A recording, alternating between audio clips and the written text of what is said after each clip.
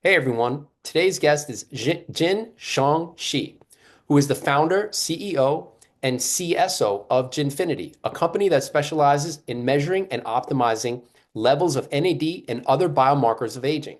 Today, Dr. Shi will present data on NAD, why it's important, and how we can optimize it.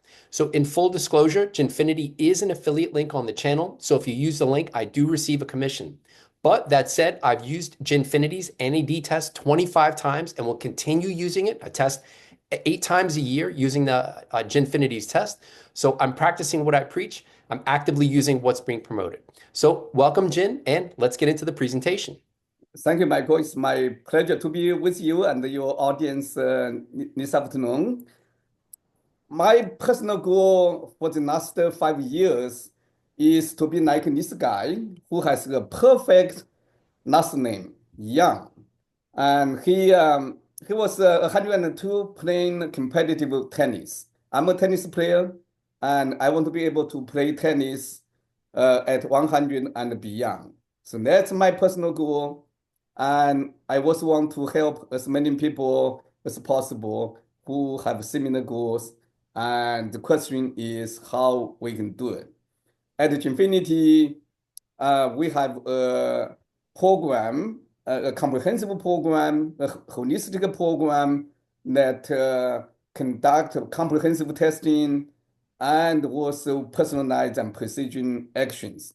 But today, I'm now going to talk about the whole program and we'll focus on NAD because NAD, as many of you know, is one of the top three, I would say 3 or 5 molecules in life. And I call NAD the supernode of life. And that's because NAD is involved in the function of over 500 other enzymes. Without NAD, life is almost impossible.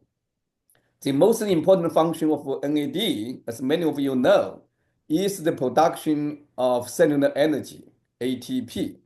ATP is produced primarily in the mitochondria, and it has to have the help of NAD. Without NAD, our cells cannot produce ATP, and we don't have the energy to run our cells and our body, and life ceases to exist. In addition to the production of ATP, NAD has so many other functions. It's involved in the function of every single cell in our body. It's involved in primarily muscle function, obviously, because muscle cells need so much energy. NAD is important for brain function, and brain is about 2% of our body weight, but it consumes more than 20% of the energy our body needs. And there are many other organs and cellular processes that really require NAD for their proper function. And we don't have enough time to go through one by one, but let's just stop by saying that NAD is super important for the function for many different tissues, organs, and cells, obviously our whole body. And unfortunately, NAD levels decline with age. Once we had an NAD test that allowed us to test tens of thousands of people, what the surprising finding is how fast and how early NAD levels decline. As you can see on this chart, in teenagers, 75% of them have NAD levels above 40 micromolar. That's just the concentration unit. And even in teenagers, about 25% of them are suboptimal or deficient in NAD. And then if we move to the later 20s, around 30 years of age, about 75% of them are already suboptimal or deficient in NAD. Then you move on along the age, in our 40s, 50s, and 60s and beyond, NAD levels are only about 30% to 50% of what we normally see in very young children. And this decline in NAD levels is associated with many health issues and also with aging. And so, fortunately, there are a number of potential strategies that one can consider to elevate NAD levels. I group them into four major categories. NAD is degraded by a number of different enzymes, primarily CD38, and also the enzymes involved in DNA repair. If you can inhibit these enzymes, you can potentially slow down the degradation of NAD and increase NAD level. And theoretically, this is possible, but practically, it's actually very difficult. Some people continue to try, and I have not seen very good outcome. The second way is to increase the enzymes that can synthesize the NAD molecule, and primarily NAMPT and NMNAT. These are two important enzymes in the NAD biosynthesis. And promoting enzymes certainly is a very important strategy. You can also just give people the NAD plus molecule through various routes. NAD IV has been used for decades to treat various health conditions, primarily neurological conditions and certain infectious disease. And that's a possible strategy. And many people are pushing this strategy on almost in every corner of the streets. And finally, NAD precursors, or the building blocks that our cells use to make NAD. And there are a number of them, at least 5, 6 of them. And I think, Michael, you have tried many of them, and we can talk about it. And so, yeah, there are many potential strategies and to increase NAD levels or slow down the degradation of NAD. What's really important to me is you have to be able to test the levels, and that's true for NAD, and it's also true for every other biomarker of importance. So at Jinfinity and in my entire academic career, the strategy that I want to use is summarized in one word. It's called the TAO, T-A-O.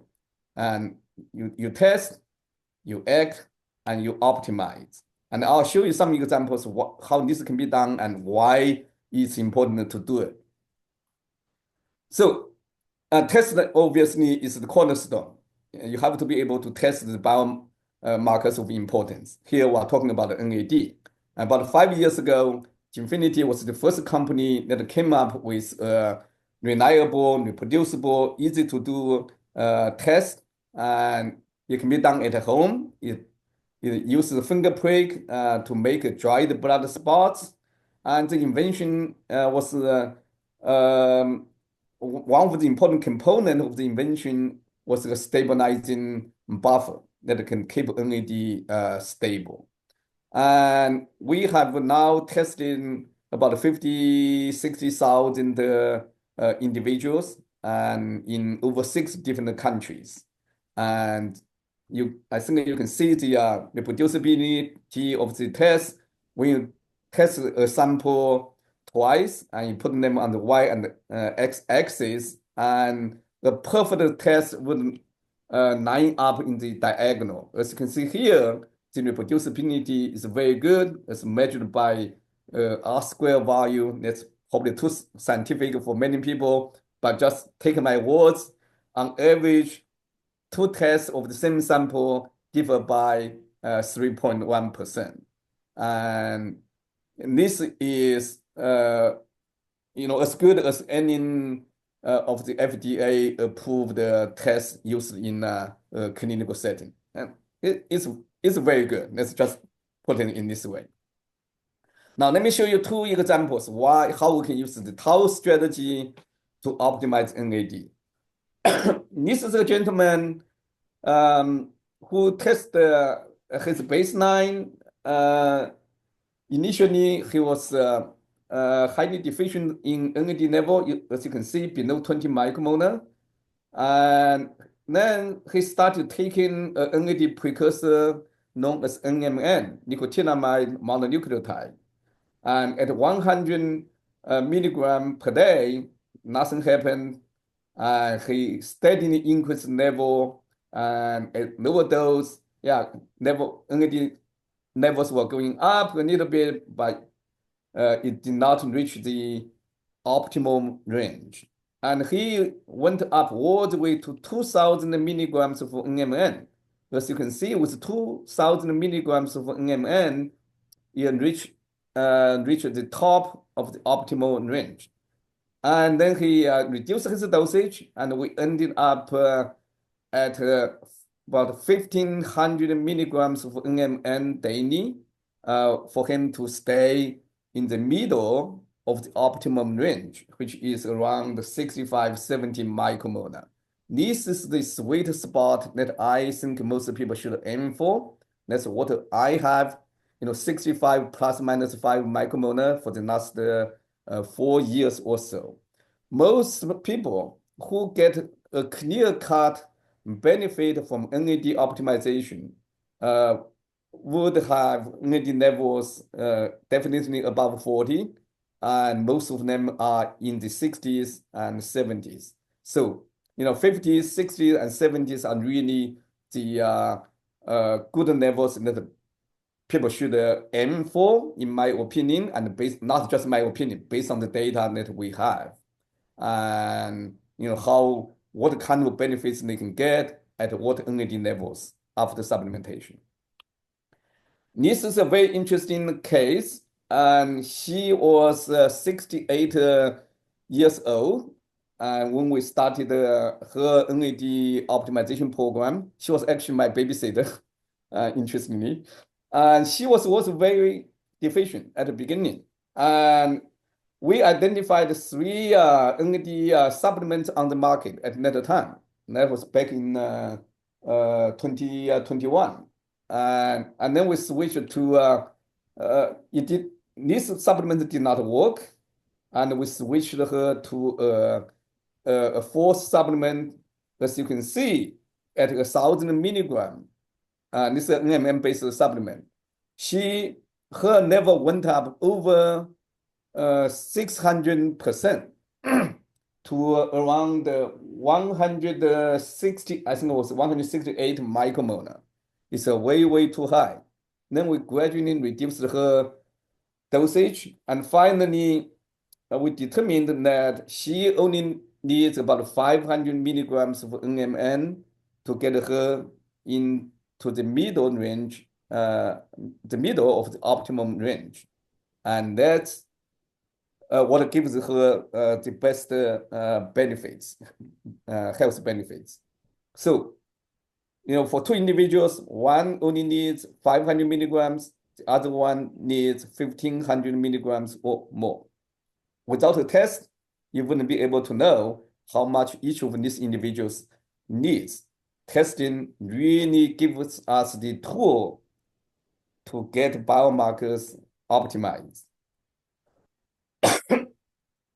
So the lady who increased her NAD level by over 600% was taking this supplement that Jinfinity was developing, and we have it on the market now. This is our first clinical trial. As you can see, with these 2 baseline, the average is very similar in these individuals, around 28. And after 2 weeks, and the NAD levels increased by over 100%. In the next 2 weeks, NAD levels continue to go up for a few individuals. But for most people, NAD levels already peaked around the 2 weeks after supplementation. It does not take a huge amount of time to get NAD levels high or optimized. Many of our customers, want to wait for months, 6 months or longer to retest the NAD levels, that's really a waste of time and money. We want to get the people optimized as quickly as possible. Because I cannot predict how much each person needs. The only way I can adjust the types of products and more importantly, the dosage is through retesting. So retesting is the only way I have. I think no one else has any other strategy either. So retesting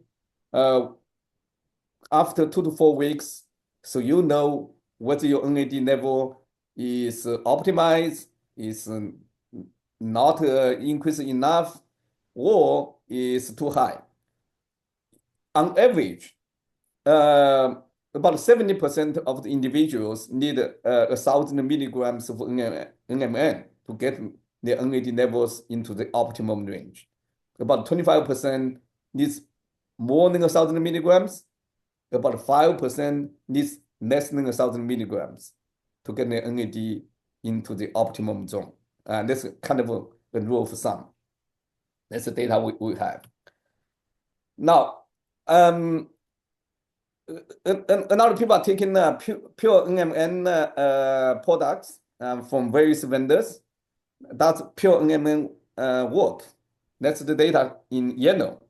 Red is the baseline, and yellow is pure NMN, and the green is the patented formulation we have called Vitality Boost. You can see that pure NMN does increase NAD level, but it's not it does not optimize NAD for many individuals, and clearly the Vitality Boost has a much higher efficacy. These are actual data in a clinic in Dr. Edwin Lee's clinic in Orlando. And this is actual data from another clinic, Dr. Delaney's clinic. He treats patients with heart failure. Most of the patients are in their late 70s, 80s, and 90s. As you can see, even in this aged population, the Vitality Boost can increase and optimize NAD level for the vast majority of the patients. For the ones who are not optimized with the initial dosage, you can increase the dosage and get them into the optimum zone. So testing and adjusting the dosage is really key, and everyone needs to do it if you want your NAD optimized. So NAD IV is very popular and it's being offered to many people, and many celebrities are taking NAD IV. The question is, does it work? And it's a complicated question. I want to make it very clear. Now, NAD IV does have clinical efficacy for neurological conditions and infectious disease for at least a number of individuals. I'm not denying that clinical efficacy for certain indications. Now, when it comes to longevity and wellness and energy, you really need to get intracellular NAD up. And this clinical trial that we did and tried to answer that question. So you have before IV data in blue, after 5 sessions of IV data in orange, and I think we have 10 individuals here. You can see for these individuals, intracellular NAD levels did not change at all after 5 sessions of NAD IV.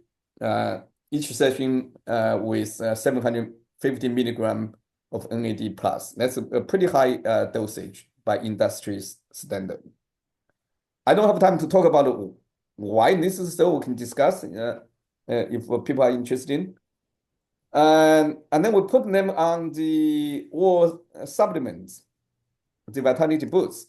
You can see in most of these individuals, their NAD levels went higher than 40 micromolar, and this one is increased but not optimized, and this one needs more than 1,000 milligrams of NMN that we we did, and his level went up.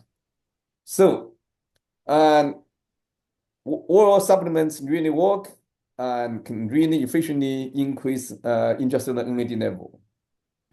Subcutaneous injection for NAD is becoming quite popular as well. And does it work?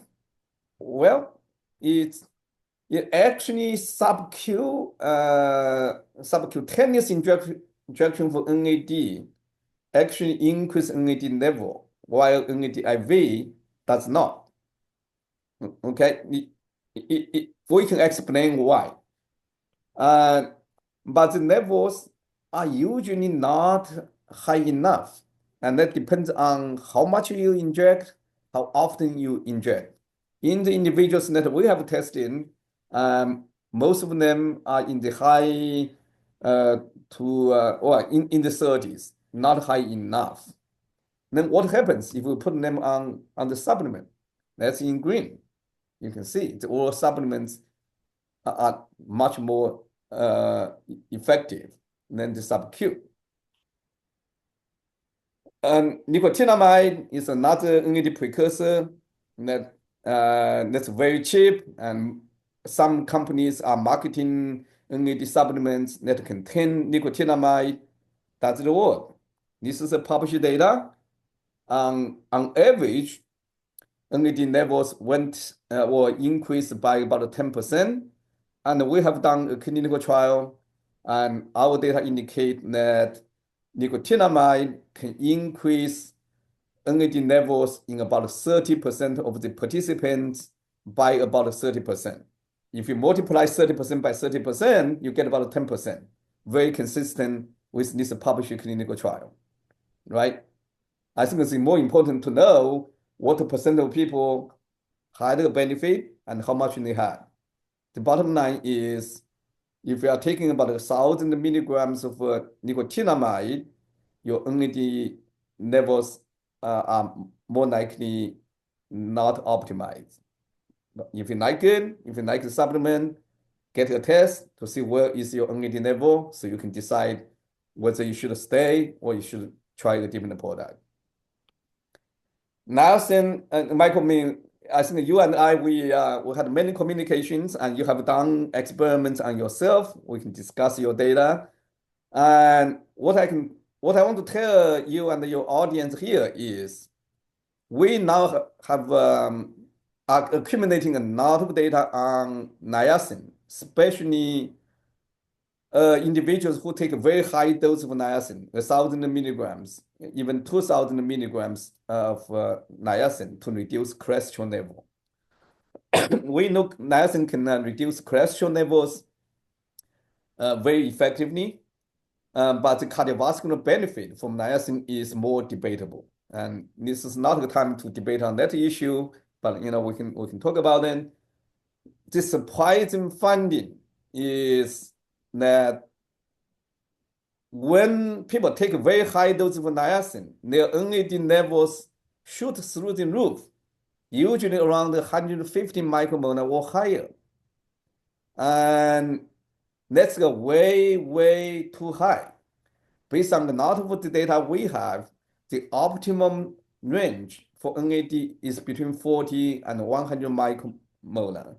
And the sweet spot is 50 to 75 micromolar. So 150 micromolar is twice higher than the level that I think people should shoot for. All right, I mean, that's a little debatable. We can and what's optimum is always a moving target. And I often use the example of vitamin D and how that target has been moving for decades and decades. But I'm pretty comfortable with the what we are recommending in terms of optimum range for NAD. And the 150 is definitely not something you want. The recent paper published about 3 months ago showed that people who take a high dose of niacin for cardiovascular benefits, they actually have increased concentration of two nicotinamide metabolites, 2-PY and 4-PY. I'm sure you read the paper, and that's a paper I think it's very important. And increase the 2-PY and 4-PY and the terminal metabolites of nicotinamide, which is a metabolite of NAD, by the way, is kind of complicated, and can increase vascular inflammation and cardiovascular risk. That's a major potential side effect of extremely high levels of NAD, at least NAD from niacin. And also because the terminal metabolites of nicotinamide, 2-PY and 4-PY, can increase vascular inflammation. And people who take a high dose of nicotinamide probably should be a little more careful than we have been. And that's another topic that we need more data and we can discuss. The bottom line is that anyone who has been taking high doses of niacin for various health purposes should consider getting their NAD tested and probably get some vascular inflammation biomarkers measured. I think can be highly beneficial.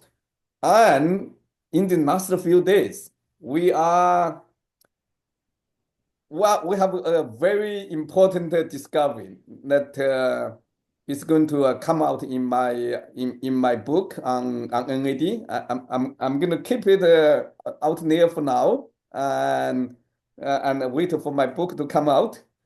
And it's going to be extremely important. I think anyone who is taking niacin, I'm very happy to work with you. Send a message to Michael or to me. And I really want to do a study on NAD and niacin. We're going to provide close to a free NAD test if you are taking high dose of niacin, so we can accumulate sufficient data to improve.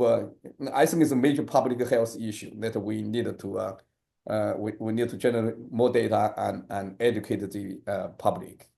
And this is going to be a major story, and I consider it as one of my major contributions to science, and that's how big I think it is. Anyway, I'm trying to brag about myself that I don't like, but I think it's a very important topic. And I don't need to talk about him. And Brian Johnson has been using our tests and supplements. And I do want to talk about a little bit about my own data. And I've been using NAD and biohacking for the last 4-5 years. And I have been able to get tremendous benefits from cured asthma, allergies, sciatica, arthritis, back pain. Most importantly, my tennis game has improved at least by 25 years. So remember when I said my goal is to be able to play tennis at 100 and beyond? And I think I got 25 years back. I'm getting much closer to the 100-year mark. And if we use the Tao principle, and if we use a holistic approach, I think, Michael, you would agree that we are on the way to extend our health span and lifespan by at least 20 to 30 years based on using the currently available technologies. And new technologies, new products are great. They will only help even more. The main point that I want to make is, even with the current knowledge and the tools, we can gain an extra 20 to 30 years of health span. By extending health span, by definition, we're going to increase lifespan as well. And so this is really what I want to share, and I'll stop here. And we can have a conversation, a discussion. Yeah, thanks, Jin. That was great. Do you want to take it off full screen? Yeah, that's what I'm doing.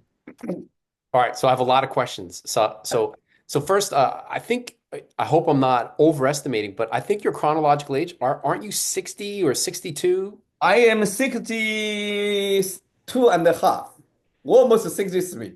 So no hair, no dye. Are you using dye in your hair? My hair is I have a little dye. My hair was I got some gray hair from my 20s is a genetic, and I but my hair has actually improved over the years. I have a family history. My whole family is kind of have their hair turned white, gray, and at a very young age. Yeah, but still, you don't look 62. I wouldn't, I think I knew that just from the past, but if I looked at you for the first time, I would say 62. I would say something younger. So Yeah, yeah. So you know, you can measure your biological age in using many different ways, right? So I think the best biological age measurement for me is how many hours of tennis I can play. And I play 4 hours a time. I play twice a week, and I'm competing with much younger people than I am. I'm not a great tennis player.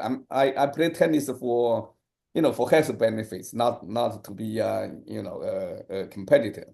And they complain about being tired and pain, and I you know I can play for 4 hours and without stop, and I recover within an hour or two.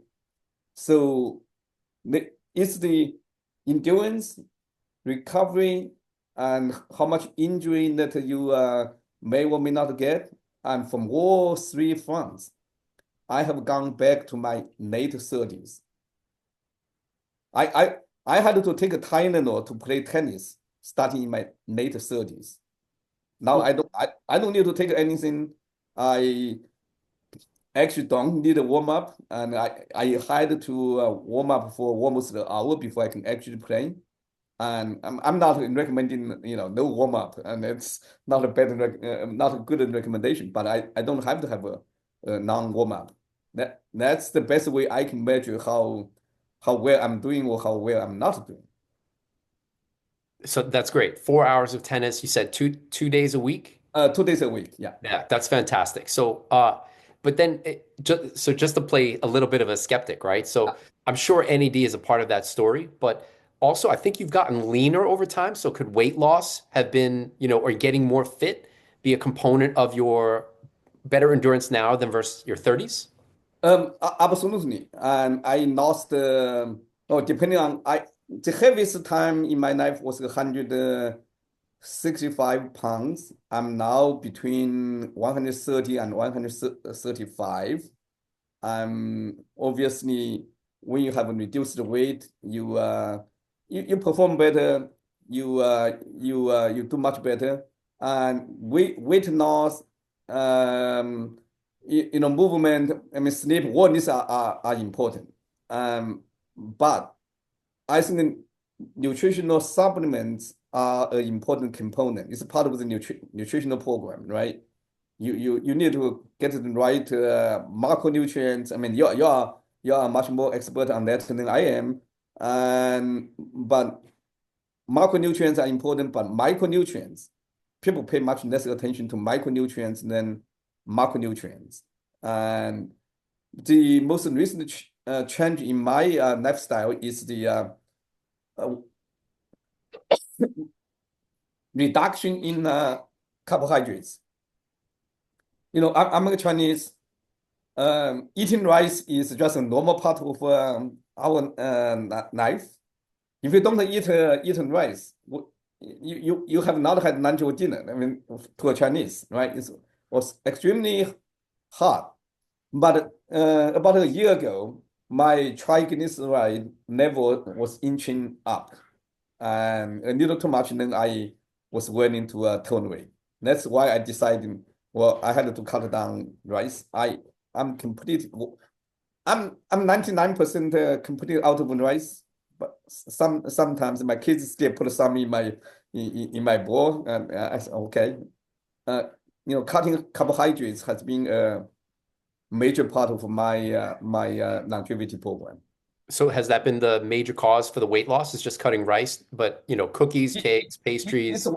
one of the ways to cut weight. I lost about 10 pounds by reducing rice. I already reduced the weight before I completely eliminated rice. All right, so just to play the technical card, right? So Yeah, I'm sure that you saw a lot of health, you listed all of the health improvements because of, your relatively higher NAD. Are there times when you haven't taken NAD precursors for a couple of days and knowing how quick that NAD levels drop? And I've experienced yeah, that myself. So then what would those factors, what would those, symptoms be after stopping it for a few days in your case? yeah. So if you stop the supplement for one day, your NAD level, my NAD level goes down by about 10%. So, and if I take a supplement, one dose of the NAD supplement, within 5 minutes, I know I notice a difference. The difference is primarily in two areas. The first one is cognitive function. I have more clear, thinking, and the second one is I feel the surge of energy. And actually, for me, when I take the product for the first 5 minutes, I'm kind of a little sleepy. But after 5 minutes, the energy comes back, the brain functions better, and so I shouldn't. Well, my slide was action right. So I said it's personal experience with optimization. I actually took NAD out. It's not just NAD. I mean, we want to be very clear. I optimize the multiple parameters, but NAD was I think the most important single component of my longevity program. And I call it the first and necessary step is not the only thing you have to do. Then, we agree and we want to make it very clear. Yeah, so I'm still trying to figure out. So I'm with you 100%. I think NAD is obviously important. Declines during aging. It's in the mitochondria. If you don't have optimal NAD levels, you're gonna have decreased mitochondrial function, less energy production, and that's a potential disaster for aging, right? So, but I'm still trying to, so because I'm measuring NAD at every blood test, I'm doing biomarker versus biomarker analyses, NAD versus, albumin and glucose, and I don't see anything major. I mean, I do see higher NAD, lower LDL, which, okay, maybe a small decrease in cardiovascular disease risk. But I'm even doing metabolomics where I'm looking at 600 metabolites, trying to get more insight into pathways, as to what could be optimized. And there may be some value. I don't know if you've thought about this, but cortisol levels increase during aging. And the conversion of cortisol into cortisone requires NAD. So if NAD levels decline during aging, you'll have a buildup of cortisol because it can't be converted into cortisone. So I actually see that in my data. That's the strongest correlation that I have in my data. So All right. So I think you are the wrong person to test the hypothesis. Why? Because you are pretty much optimized. right. Okay. So you cannot identify benefits or correlations when you are pretty much optimized. Much more difficult. Yeah. And you're not going to be able to identify a correlation in Brian Johnson. We cannot identify a correlation in you because you guys are too optimized. I'm not able to well, I actually identified the correlations, clear cut correlations. My liver enzyme ALT was clearly reduced from marginally high ALT, and I started around the 35 to 40, somewhere in that region. Now over time I reduced it to about 25, and now I'm around the 20. my LDL improved a little bit as well, and many people see improvement in LDL.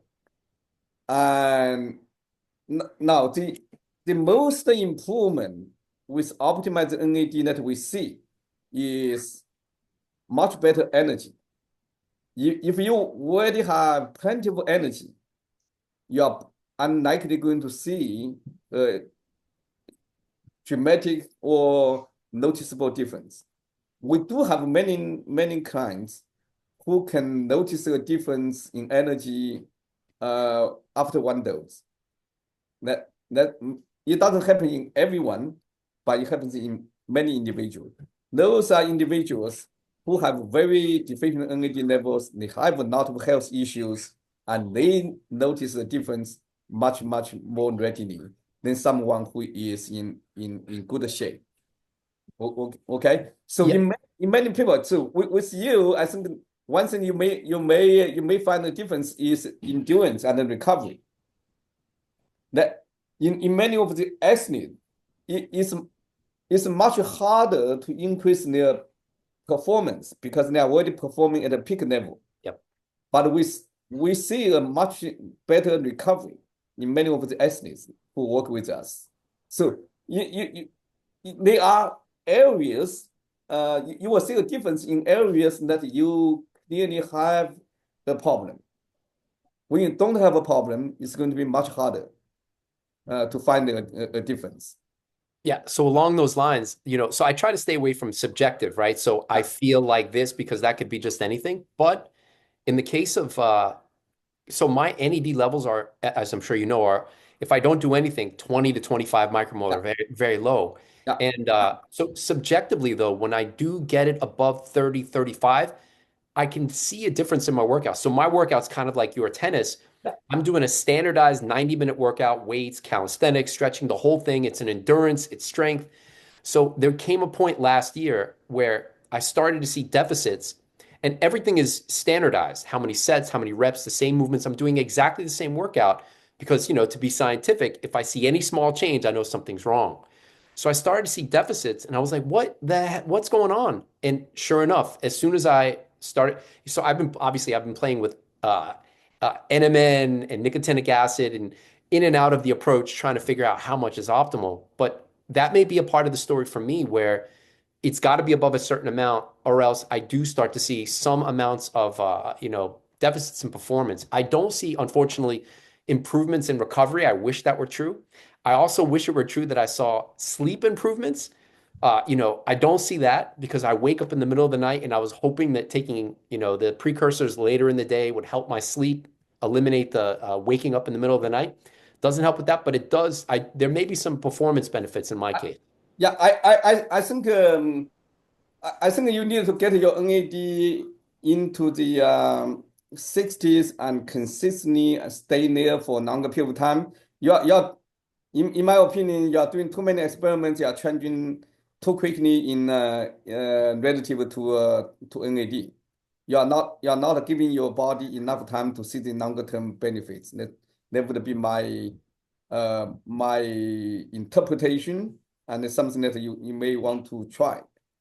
And also, I mean, it's possible that you don't need a lot of NAD, but I doubt it. And I think it's more is how you increase your NAD level. I mean, clearly you try the nicotinic acid and niacin. I mean, you remember your biological age, your pace of aging actually increase Yep. with niacin. I mean, I don't think it's because your NAD level is around 60. I don't think it's because of a higher NAD level is related to the niacin issue. That's my interpretation. So I I think I said it off air, but I will said it in air that I think I would love for you to try the supplement that we have and see what you can stay on the product for 3 months. And let's see, what you notice any or measure, you can measure any differences, what you can get a benefit. you need to get the right supplement. You need to get NAD to the right and right range. Fortunately, your NAD level goes up pretty easily. Yeah. That's that's a good news for you. We have a small number of individuals who are extremely difficult to get their NAD increase, let alone optimize. All right, there are some of those, and we can help about 90% of individuals, but they are about 5-10% that are just very, very difficult. We have to try many different approaches. And with you, should be very simple. I'm sure we can get your NAD to the let's keep it to around 60, 65 for 3 months if you are agreeable. And I'm using your audience to push you to do the experiment. Wait. So I think there are layers. I think there are layers to that. I'm open to the possibility of getting above 60 micromolar again. I've done that, I think, 3 times. It took two grams of NMN on its own, got me to 60, I think 67 micromolar. And then, the nicotinic acid, it was, I think I took 600 milligrams. 600 milligrams. Yeah, Yeah. I don't like that. I don't like nicotinic acid. Yeah, and there was a big flush, right? So the Yeah. big flush, and as you mentioned, the Dunedin pace went crazy. It went super high. But uh, not to say anything bad about the Dunedin pace test, but it's an epigenetic approximation. And when I Yeah. looked at my actual biomarkers, LDL wasn't crazy low. I mean, it was, that was the only deficit where it dropped my LDL potentially a little bit too low. So there is some published data where Well, LDL being that's below. a known effect of niacin. Yeah. Yeah, but in terms of cardiovascular disease risk in multivariate adjusted models, accounting for reverse causation, actually less than 65 for LDL may not be optimal. So a very high dose nicotinic acid reduced mine to less than Yeah, 65. you don't want it. So the all-cause mortality for LDL is the lowest when LDL is between 90 and 130 in people above age 50. I did a deep dive on that. It's in the 65 to 120 range. I can send you that paper. It's 65, yeah. yeah. I thought it was 90 I don't know whether I'm talking about the same paper. It's somewhere near. Anyway, so you don't want your LDL to know. That's Yes, what we yes, agree exactly. on. So my issue though with NMN and using nicotinamide-based products, there are two issues, right? And you mentioned one of them, which was the 2-PY and 4-PY, which vascular inflammation, right? So if I'm taking high dose nicotinamide riboside, nicotinamide ribose, right? So anything related to nicotinamide, there's the potential for an increase in 2-PY and 4-PY. So that's one strike in my book. And then the other, I mean, besides cost, I mean, I appreciate that you would send free product for a few months, but for most people, they can't, right? So that's the second. But then the third too is homocysteine. So there's published data that nicotinamide raises homocysteine more than nicotinic acid, and in my case, my homocysteine is already about twice as high as it was in my youth. It's actually probably one of my biggest weak spots. And that's without taking nicotinic acid, nicotinamide. So I didn't do the experiment to measure homocysteine. If my homocysteine goes to 15 and my NAD goes to 65, I don't know that I want to do that. But the nicotinic acid story. So for my last test that I just did a few weeks ago, it was 150 milligrams of nicotinic acid per day, no flush, NAD 48, blood pressure looking great, 115 over 65. No, if there was vascular inflammation, I'd expect blood pressure to go up, right? Because you've got these metabolites that basically are, inflaming your endothelium. I don't see that, right? So you've got me thinking that maybe there's some combination of a relatively low dose of nicotinic acid, but then some small amount of nicotinamide where I don't get the big homocysteine boost that I might get from NMN or nicotinamide-based products. And then I also don't get the vascular inflammation and the craziness of too high nicotinic acid. There may be a combination approach that I'm open to. Um, I think we can try that, but in terms of homocysteine, we have many people measure homocysteine and NAD. We don't see a huge increase in homocysteine in most people, and Mhm. that's a potential when you have increased the nicotinamide. It's not just NMN. If so homocysteine increase. is through nicotinamide. So NMNR or nicotinamide and anything that increases NAD has the potential to increase nicotinamide levels. And but as long as you control it within a reasonable range, it should not be a problem. In some individuals, homocysteine may be an issue. In those individuals, you have to find a way to control homocysteine. And in my case, so I've taken, most people will Yeah, say TMG, yeah, trimethylglycine. I've taken 4 grams per day, no dent. yeah, And I have a whole section on homocysteine on my channel where folate, B6, B12, B12 brings it down 10%, but that's not a dent. It's not a big dent. So I'm already struggling to try to resist age-related changes. So I'm worried about blowing it up with too high for the, the NAD precursors, right? So yeah. I mean, do you have data that when your NAD goes up, your homocysteine goes up? I, I can take a look. I haven't looked at that, but I can definitely take a look Yeah. at that. You know, we don't see a clear correlation. You know, my homocysteine is fine. My NAD has been 65 for years. I mean, we have many individuals that have been testing for years, and we don't see an increase in homocysteine. The Vitality Boost has not just nicotinamide based, NMN, nicotinamide, ribose, but then it's also got creatine, which can Yeah, act as a methyl donor. So could that be why you might not see an increase in homocysteine because creatine can donate its methyl group in the methylation pathway? that maybe I don't know the answer to the question. I mean, that's I guess it's a potential benefit that I have not considered. Yeah. And then the babysitter. So was the babysitter relatively young or older No, that, she was 68. oh, because if she was younger, I was going to say, what's the reason that she had low NAD, but that she's older, Yeah. okay, she had age expected. Well, actually, what we know is she's a Chinese, and Chinese, especially Vietnamese and Koreans, to a certain degree, Indians and then Chinese Asians have about I would say 30 to 50% lower NAD levels naturally than Caucasians. Hmm. There is a genetic component, and there is probably a play of niacin fortification in the food supply. That's my two interpretations. Why NAD levels are so different between different countries, but it's probably mostly genetic because we see lower levels of Chinese and Indians living in America as well.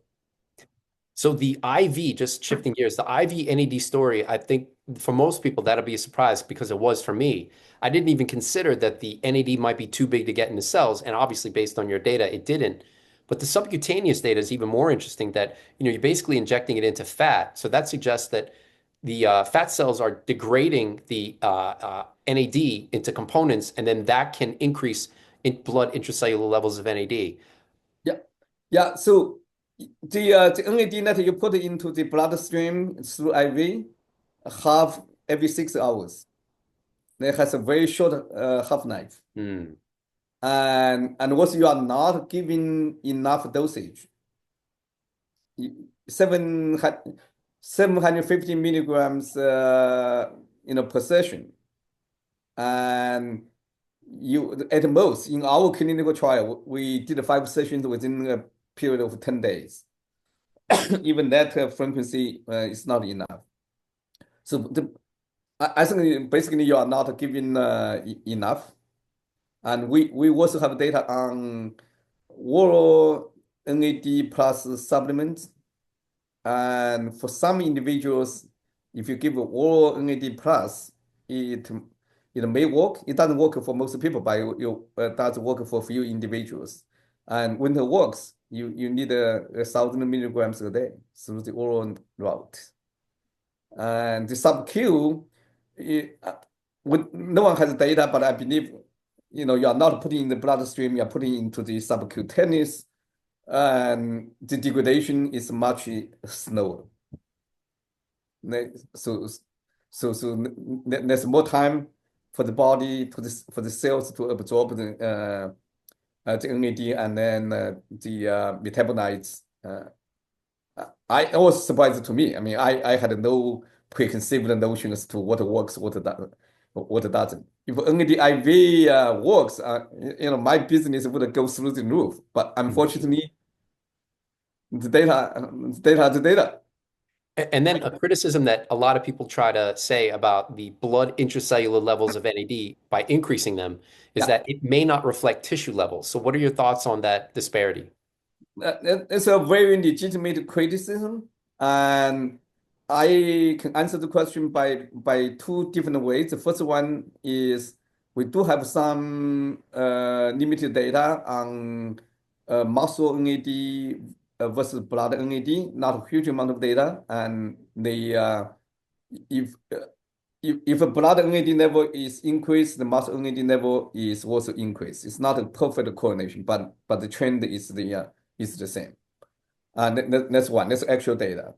And the second one is I know you don't like subjective data, but we have subjective data on thousands and thousands of individuals. You cannot ignore how people feel and how much benefits they get.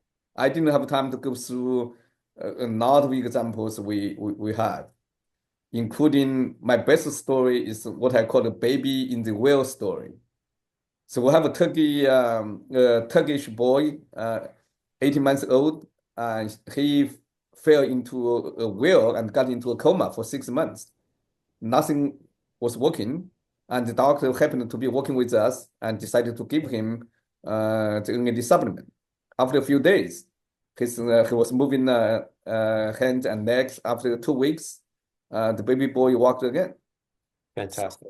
You can, I mean, it's an isolating incidents, and you can call it a coincidence. I don't think it's a coincidence because they tried everything else, and then the only change is giving him the supplement. And we can explain. I did not know when I got the news. I did not know why. I was surprised, like everyone else would be. And then when you really think about NAD is a neurotransmitter, okay, creatine is a neurotransmitter. You can increase neuronal communication, but I think it can also increase neuromuscular communication. If you do that, you have a possibility to wake up a person in coma, especially in young children. So we just have, stories after stories, not as dramatic as this one, but pretty darn incredible stories. So there is published. Yep. Yeah, to me, well, everyone should be doing an N of one experiment that you are. I think you are a proponent. I'm a proponent as well. You have your own health in your own hand. If you are getting the benefit, whatever benefit that you are getting, whether it's subjective or not, and ideally you want to have measurable data, biomarker data, and how your body feels is very important to me. How I play tennis game is extremely important to me. I don't have asthma anymore. That's important to me. My sciatica, I had a sciatica, I had back pain problems, for many years. I couldn't stand up when I sat on the couch for some time at the end of the day. All these problems are gone. It's not entirely NAD, but NAD is the main contributing factor to it. That's good enough for me. And we have so many other people who are getting very similar benefits. I think they know that they are getting the benefits. They are going to be doubters of anything, whether it's NAD or any drug or supplements, and rightly so. I think that's it's okay. I believe the main problem in the supplement industry is partly the quality of the products, but most importantly, the dosage. How do you dose is right to get the benefit? is the key. And that's where you have to have the right biomarkers and the right knowledge to adjust based on the data, and not just the data, it's how, frankly, you have to consider how your body is responding. That, that could be even more important than some arbitrary biomarkers. I agree 100%. It can't just be biomarkers and you feel terrible. That's not a great approach. The Right. subjective is definitely a part of it. So, how, so I'm trying. So NAD can be increased by regular exercise training, calorie restriction. So then, what are your thoughts on why, for me, without doing anything, my NAD levels are in the 20s or even can be lower? I know Brian, when he started, his levels were in the 20s, and we're talking about lean, relatively fit people. What are your thoughts on why that would be? I mean, I think it's a false assumption that diet and exercise can increase NAD. I'm not going to argue the literature because there are papers that show sauna and some exercise can increase NAMPT levels. I mean, sure, and I will give people that, yeah, well, let's assume that they can increase NAD, but what we know is the increase is so small, maybe 10%, and I'll give it 20%. The increase of NAD by 10, 20% is not going to make any difference in your health and in your performance. Okay? For the vast majority of people, we need to double it. We need to triple it. And exercise, diet are not going to do it. You have to find some a way to increase the supply. I think for about 90% of the individuals, the supply of the precursors is the deficit that we have to correct.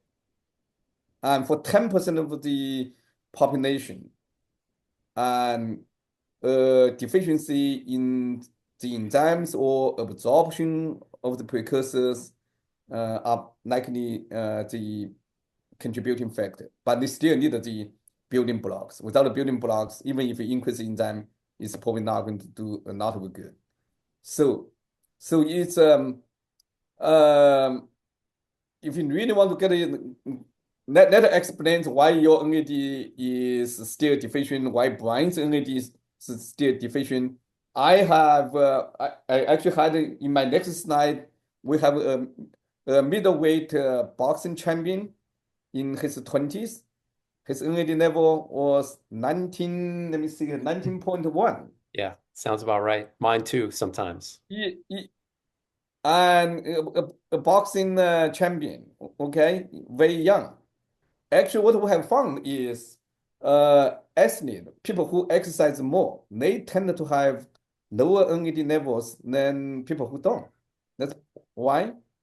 Because if they exercise too much or they train too hard, they have they probably have increased inflammation, and inflammation is the main cause of reduced NAD levels. So, and when you are young, when you are fit, it doesn't mean that your NAD is optimal. It may not be causing any health issues right now, but long-term NAD deficiency is certainly not going to be something you want. Definitely. So in my case, I don't think it's inflammation related because HSCRP, it's for me, it's like 3 years in a row, 22 tests in a row below the detection limit, zero point 0.3 milligrams per liter. And then for my most recent test, I don't have this data going all the way back for all of the NAD tests. I only did this for one test so far. But IL-6, TNF alpha, as you know, for those who don't know, it's on the SASP, the senescence associated secretory phenotype, which you also have tests for.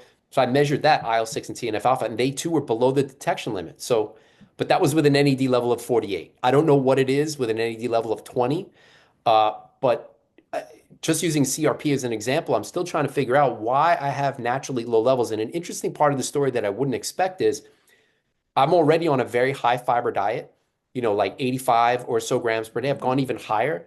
And there may be something about in my case, literally too much. And I say too much because I'm already like triple the average American or for fiber intake. but my lowest NAD levels are when my fiber intakes had been at their very highest. So I don't know if there's something about the gut degrading precursors or the gut. So what are your thoughts on the gut's role on NAD homeostasis?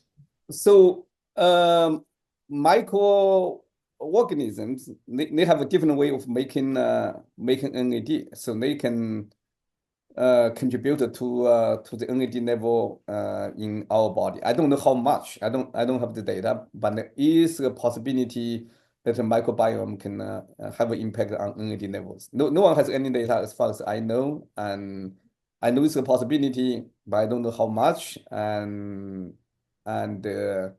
whether there are ways to increase NAD levels through the microbiome manipulation. It's something that can be looked into. Certainly very interesting. And I think in your case, obviously, your NAD, the enzymes that make NAD is not deficient in you, because we know if we give you precursors, you make a bucket of NAD, Yeah. right? So then you got to be a deficiency in the NAD precursors. And why is so? I don't know. And most people are deficient anyways. And I don't know any good ways to naturally increasing the supply of precursors. And niacin actually is relatively natural, not natural, because niacin is fortified into many foods in America. And that's I think that's why Americans are less deficient in NAD on population level. And there are NAD precursors in some foods and that people talk about. I don't know, but certainly it's probably not easy to eat enough food to increase your supply. That's I'm pretty certain. I'm not sure whether there's some food that contains very high levels of NAD precursors that can increase NAD levels. Now, tryptophan, I think you probably did an experiment, and Yeah. tryptophan is an NAD precursor. I mean, it takes many chemical steps to make NAD, but it can be turned into NAD. It doesn't work very efficiently, if I remember the data correctly. It was worse than that in my case. So I generally don't have digestive issues, but I was taking 2 grams of tryptophan per day, and not only it didn't make a dent at all, So I was taking high dose niacin, and I took high dose niacin or nicotinic acid with tryptophan. There was no difference. Tryptophan didn't give me an extra boost, but on the morning of the blood test, I had the worst GI pain I've ever had. I think like sweating, and I never. So once I stopped the tryptophan, it was fine. But um, in my case, I don't think it's a liver issue. Maybe it's I don't know. I'm just speculating. But so I'm actually looking at correlations for gut microbial metabolites in blood with NAD levels, and nothing's popped up yet. But I do want to get to the root because, if I can figure that out too, if I've addressed the underlying problem, maybe I've even made a bigger dent on slowing aging relative to just, fixing the precursors. Um, yeah, I mean, there are so many, it's so complicated. There are so many issues, and I I think we have very good solutions for NAD, and I mean, I think you are very conscious, and rightly so. I don't think the cost should be an issue because once the mass adopts the solution, the cost will come down. And Right. with every consumer product, there are phases. We're in the very early phase called the adopt phase, right?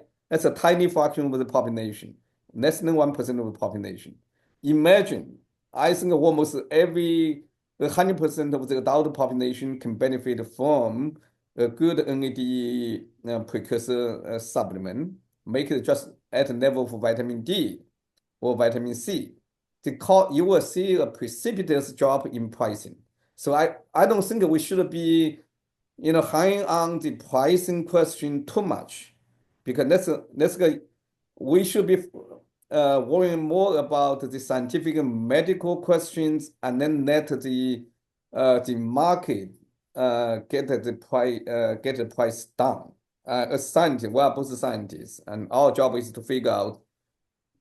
We know NAD is beneficial. The question is who can benefit the most? What are the best ways to give people the most of the benefit? And those questions are still debatable. I don't think the benefit of NAD is the issue of debate. And I think that we probably would agree.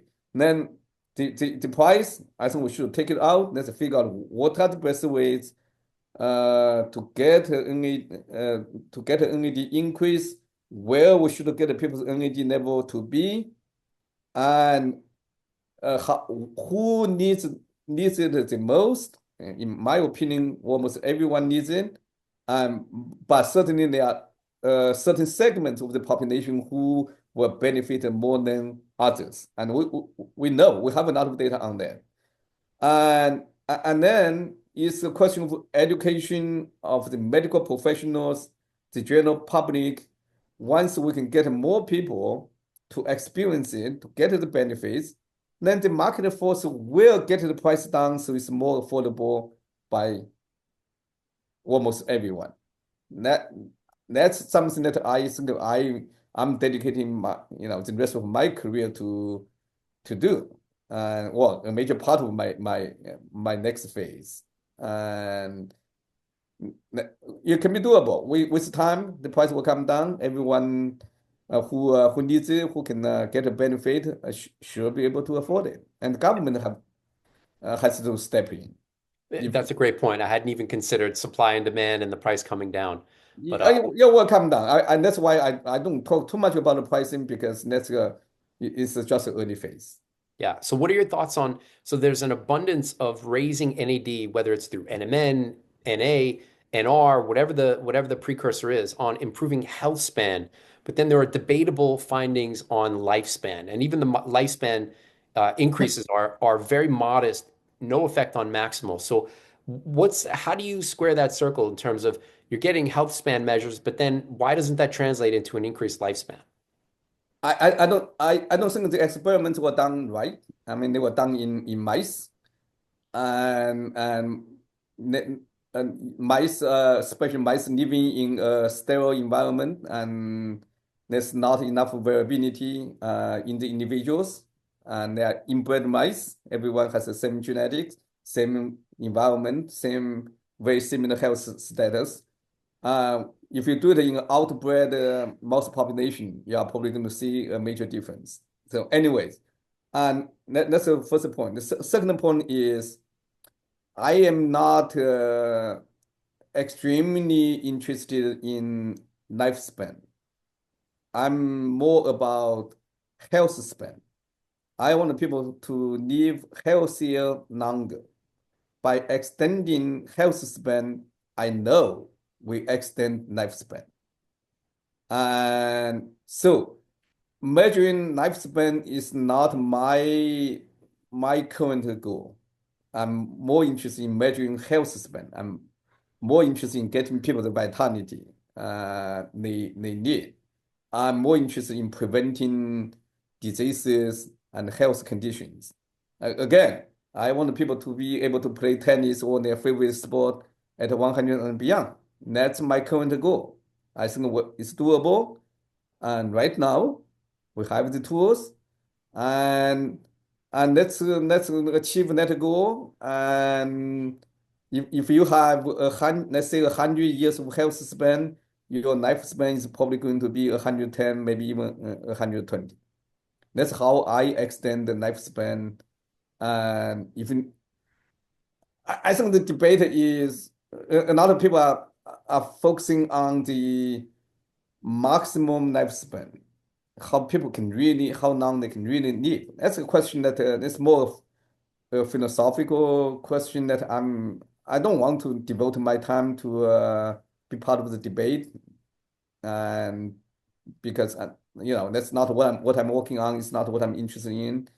And if I can help people to get to 100 healthy, I'm perfectly happy and I accomplished my mission. And let's get to that point. Then we'll worry about increasing another 20, 30 years, do it step by step. And that's kind of my personal approach. I'm with you, Jin. I'm with you. I appreciate your approach. And your passion. It's great. I think a lot of people in this space, in the creator space, in terms of companies, creating your own company, some of them are just putting it out, for product and don't really live it. But so I appreciate that passion. So, all right, shifting gears, just a couple more questions. So I think, granted, you have it in your testing queue, but the those two SASP proteins, pro-inflammatory proteins, IL-6 and TNF alpha, I appreciate, your heavy focus on NAD, but when considering that senescent cells increase during aging, and IL-6 and TNF alpha increase during aging, and senescent cells are basically just dead cells putting out pro-inflammatory products. For me, I see that as a huge selling point for what you're doing, where people could track their senescent cell markers or senescent cell protein markers over time to try to keep those levels low. What are your thoughts on those two and the SASP and measuring that for people interested in optimizing? So we're actually measuring four SASP proteins, IL-1 beta, Yeah. IL-6, IL-8, and TNF alpha. They are all important and they are also somewhat coordinating. And depending on the purpose, I actually really like IL-8 much better than anything else. Hmm. IL-8 is a very good biomarker to detect health issues, much more than TNF alpha and IL-6. Hmm. Many people are, they are FDA approved the test for IL-6. That's why people are measuring IL-6 more, but few people know about IL-8. And we see the increase of IL-8 in people who have health issues is, tenfold, 100-fold. You make no mistake when it goes up. So if you have to choose one, I would include IL-8 in our screening panel. And then if you want more, we can measure or four, we can measure over 200 other serum proteins for research projects. But it's hard to measure so many on everyone. And money becomes an issue, right? So that's one. And the second point is we measure it's another SASP, beta galactosidase, senescence associated beta galactosidase. If you want to choose a single senescence biomarker, SA beta gal is the best one. And we have demonstrated in multiple studies that beta gal is increased in people with various diseases, and it's related to how, for example, cancer patients respond to therapy. It's related to cancer patient survival. So we know senescence associated beta gal is a very good biomarker and probably related to senescence. I mean, we don't know 100% sure, but it's certainly related to senescence. I focus more on biomarkers that are changed in people with certain health conditions and is associated with health outcomes. We can come up with thousands, tens of thousands, millions of things that we can measure. I'm a omic guy. I mean, for those who don't know omics, uh, are we measure, systematically tens of thousands, millions of data points, like everything related to proteins, everything related to DNA or expression, and we can measure all of those. But I have three criteria to select biomarkers to measure. The relevance to clinical relevance, scientific evidence, that's one. And number two, reproducible assets. And finally, actionability. It has to be actionable. Without Any biomarker that only fulfill two of the three criteria, I wouldn't be interested. It has to fulfill all three criteria for me to spend my time, my energy, and to work on them. And we have many, many of those. Another one that most people don't know is cortisol, the longevity protein hormone, Oh, cortisol. yeah, cloth, Cortisol. clotho, Yeah, clotho. I very often get people confused, and that's going to be an unbelievable biomarker.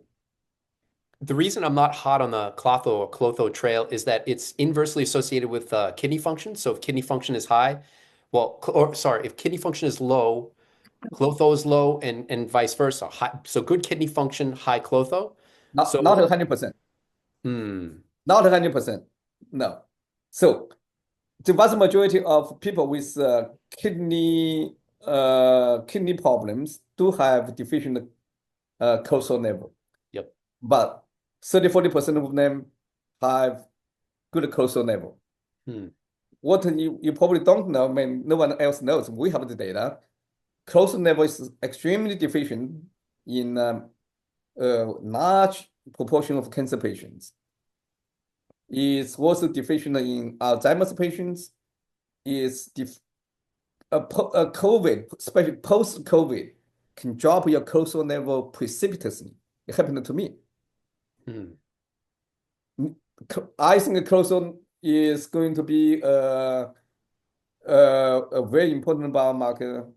And what I really like about it is it's very responsive to the changing health condition. Like a little bit similar to CRP, if you want.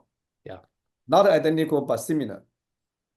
And that's both good and bad. I mean, when the change is too much for certain purposes is not good because you have to measure often, right?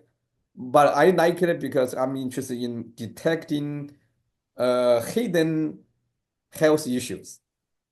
So just to put it into the broader perspective, so cystatin C. So these are low abundance proteins, right? They're in, milligrams per liter. Wait, yeah. So cystatin C, it's in milligrams per liter. You've got Yeah, TNF alpha and IL-6, they're in, picograms picogram, or nanograms. nanograms, yeah. Yeah, so very low compared to the biggest trees in the forest, which are albumin, globulins, fibrinogen. Right. So for me, it makes sense to go after the biggest fish in the protein pond, right? And then maybe tracking clotho after that. But you can make the rationale that, cystatin C is an important biomarker of kidney function and biological age. So maybe clotho is just as important. We measure creatinine, we measure cystatin C, and we measure both for kidney function because we work with a lot of biohackers and they take creatine. And a lot of people get confused. Okay, an increase in creatinine is not an indication of your decline kidney function. Yes. Even nephrologists don't understand it. You don't know how many nephrologists and doctors call me, and they don't get it. I probably shouldn't say that in public, but many people don't understand what these biomarkers truly mean.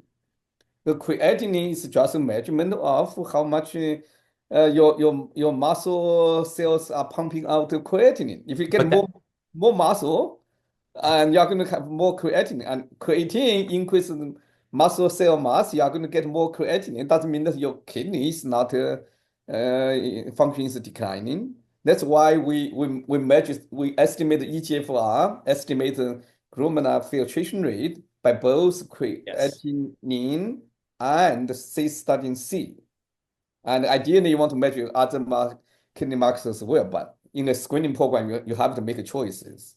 Yeah, 100% agree with the only caveat that creatinine levels do obviously increase in blood when kidney function is suboptimal. If your kidney function declines during aging, you're going to get an Ab- accumulation. And then the Absolutely. other side of that coin is muscle mass declines during aging, so you should have less creatinine in blood, but creatinine levels increase during aging in blood, which suggests worse kidney function, Yeah. even in the face of low muscle mass. Yeah, thanks for the correction. Yeah, if you are not changing, if you are not suddenly taking creatine and your creatinine is increasing, then maybe an indication of your kidney function. And in the biohacking community, many people start taking Right. creatine, Yeah. and then they see a jump in creatinine, and And they then think they get freak out. That, kidney that function. that's what I was trying to talk about. 100%. So wait, I have a metabolite suggestion that fulfills your three criteria. And so ergothioneine, have you heard of ergothioneine? Yeah, we are actually we have a supplement that we are working on. It's very But very blood testing. we, yeah, we can include it. Yeah, So as most far as people I are know, folate deficient, I assume. no, I And eat, oh, that could be true, but I eat mushrooms. I eat like, 170 grams per day, and mushrooms are a rich source. But declines during, I'm sure you know, declines during aging, and there are no commercially available tests. The metabolomic stuff doesn't exist, so that's a huge commercial. You could fill that need if you guys offered it, and good to know. So we're working on that's how we that's how we develop a test, right? I work with thousands of doctors, and they have ideas, and no one wants to offer the test, and as a scientific company, that's kind of things we do, and that's how we develop the coastal test actually. And we'll take a look, and we should be able to come up with a test. We already have the supplements that I'm testing. My wife is testing. We have a few friends testing. It, it's pretty good. nice. Yeah, Yeah. well, I mean, I'm an objective biomarkers guy. I'd want to see the actual numbers rather than just subjective feel. Uh, Well, we measure other biomarkers. We don't measure it per se, but we measure other biomarkers that we have in our natural panel. and then they improve with the people Yeah, that they're taking ergothioneine. yeah, Wow, yeah. interesting. Yeah. So I have another metabolite, but maybe you won't be as hot on that because it's not something you supplement with and you want to keep it low, and Yeah. that's quinolinate. So, Uh-huh. so it's neurotoxic and increases during aging. So, but as far as I know, it's not commercially available. We are looking into the testing toxins and in microplastics, and we are interested. And the problem I have is, what do we do? And I am working with two companies that offer plasma apheresis, and I'm not too excited about those kind of programs because of the cost. And, I am cost conscious, but I'm not cost conscious when it's $100 or so a month, right?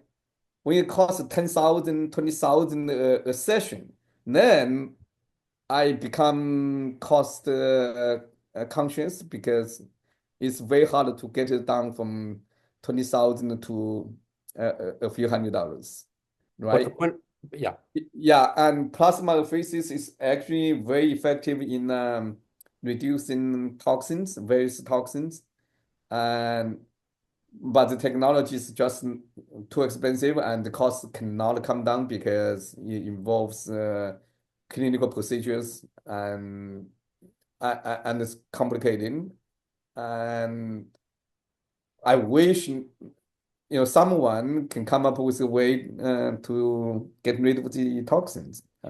So I have, and it's the Tau method, test, act, optimize. If you know, and just using quinolinate, not microplastics, that may be where you have to absolutely have plasma exchange and clean it out. I'm not going to speculate on that, but for something like quinolinate, using your Tau method, and basically that's a conquer aging or die trying approach too. That's what I do here, right? Test, Mhm. act, optimize. Yeah. If you have quinolinate levels and you're tracking them over and over and over in conjunction with diet, how much you exercise, what supplements you're taking, you can look at correlations in your own data and Yeah. figure out that recipe to keep it low, right? So, but it takes that test, act, optimize over and over and over. I see your point. So it's a more avoiding intake instead of eliminating from the body. That or can, figuring out what's the recipe for your body to keep it low, right? Not yeah. necessarily because quinolinate is it's like it's going to be a block in the NAD cycle, right? Where you can't convert quinolinate into the NAD. You got a couple of steps there. So if it's building up, then what's the recipe for keeping it low, right? So, but that takes a lot of testing to figure that out. Yeah, I mean, well, that's kind of things that I'm interested in, and just like you do, and there's so many things we can work on. That's becomes a problem. Which ones we should focus on? Which ones are going to offer the most benefit? And it sometimes can be tough choices. Definitely, yeah. All right. Well, thanks, Jin-Xiong. Jin-Xiong.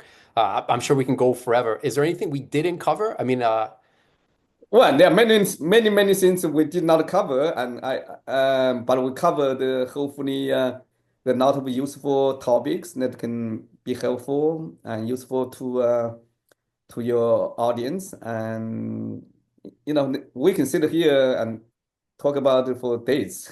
yeah, for sure. All right. Well, thanks, Jin. And I'm looking forward to having you on the channel again at some point in the future. And have a great day. Well, thank you.